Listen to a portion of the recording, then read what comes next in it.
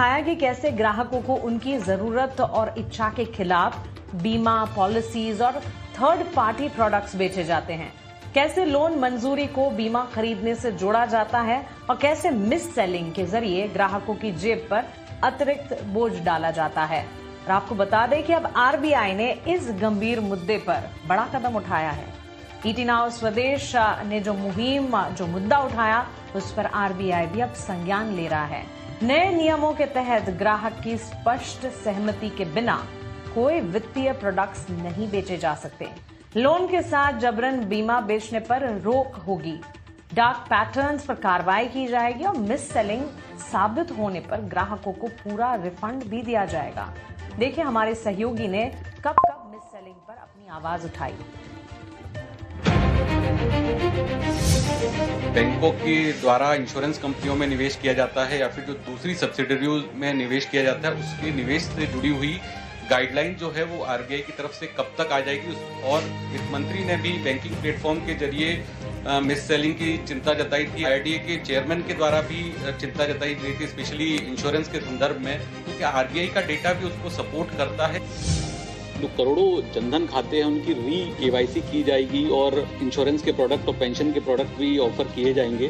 तो sir, need analysis बहुत जरूरी है। बैंकों के जरिए जो प्रोडक्ट बेचे जाते हैं, किस तरह से नीड एनालिसिस होगा।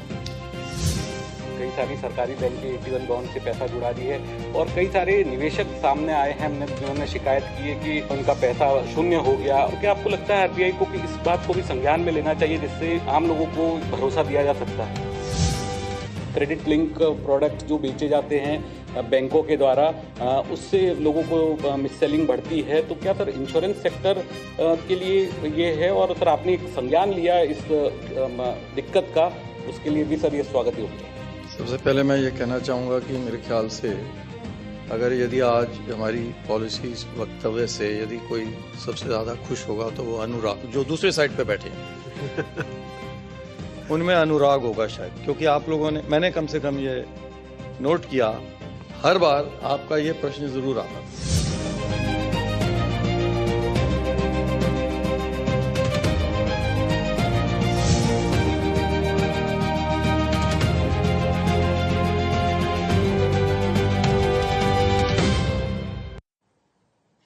तो जैसे कि आपने देखा, जिस मुद्दे को ईटी नाउ स्वदेश लगातार उठाता रहा, अब उस पर आरबीआई ने भी मोहर लगा दी है। गौरतलब है, अभी आप देख भी रहे थे कि साल 2025 की शुरुआत से ही हमारे सहयोगी अनुराग शाह ने ये मुद्दा उठाया और लगातार इस मुद्दे पर बातचीत की।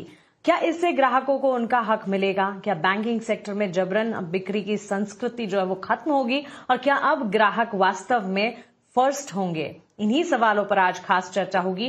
ग्राहक फर्स्ट, टारगेट लास्ट। हमारे साथ एक्सपर्ट्स तो हैं ही। रमेश सिंह जी हैं, फॉर्मर ईडी देना बैंक से, और महावीर चोपड़ा जी हैं, फाउंडर बेशक हेल्थ इंश्योरेंस से। लेकिन हमारे सहयोगी अनुराग शाह भी हैं इस बीच हमारे साथ, जिन्होंने इस मुद्दे पर लगातार बातचीत की और अब इस फैसले तक हम पहुंच पाए हैं। अनुराग, सबसे पहले आपसे ही हम जानना चाहेंगे, आपने इस मुद्दे को लगातार उठाया, कैसे देख रहे हैं ये लेटेस्ट डेवलपमेंट, और सबसे चौंकाने वाला मामला कौन सा था जिसने दिखाया कि मिस सेलिंग कितनी बड़ी और गहरी समस्या है? बिल्कुल, पिछले 1.5 साल से, जैसा कि मानसी बताया, हम पिछले 6 फरवरी 2025 से लेके अभी तक लगातार रिजर्व बैंक गवर्नर के सामने बैंकिंग प्लेटफॉर्म के जरिए जो मिस सेलिंग के मामले सामने आते हैं, वो हमने उस मुद्दे को उठाया था। हर बार गवर्नर से पूछा था कि नियम कब आएंगे, किस तरह के नियम होंगे, इसमें क्रेडिट लिंक पॉलिसीज को क्या बैंकिंग लोन के साथ लेना हटाया जा सकता है, क्योंकि बाकी कई सारे देश हैं जहां पर ये अनिवार्य नहीं है और बाकी देशों के अंदर नियम अलग हैं। तो बार बार ये सवाल गवर्नर के सामने रखा था और गवर्नर ने भी उसका संज्ञान लिया। और इस साल फरवरी के अंदर जब ड्राफ्ट नोटिफिकेशन की बात की गई तो गवर्नर ने भी माना कि हमारे द्वारा इस सवाल को बार बार उठाया गया था। 11 फरवरी को ड्राफ्ट नोटिफिकेशन जारी किया गया जिसमें कहा गया था कि 1 जुलाई से नए नियम लागू होंगे, लेकिन जो नया फाइनल नॉर्म्स आए हैं, 15 जून को जो नॉर्म्स आए हैं, उसमें कहा गया है कि 1 जनवरी 2027 से नियम लागू होंगे। और उसमें कई सारी चीजें बताई गई है, जिसमें कहा गया है कि डार्क पैटर्न्स पे भी नजर होगी आरबीआई की। अर्जेंसी बताकर प्रोडक्ट नहीं बेचा जा सकता, बंडल प्रोडक्ट नहीं बेचे जा सकते, नीड एनालिसिस होना जरूरी है, यानी अगर कोई 80 साल का बुजुर्ग है उसे आप अगले 60 साल की पॉलिसी नहीं बेच सकते।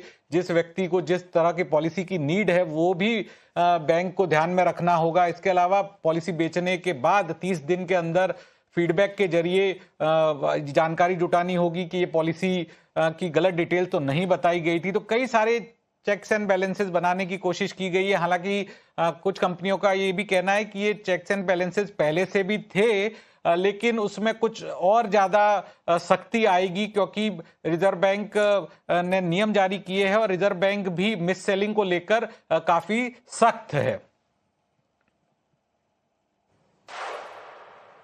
एब्सोल्युटली।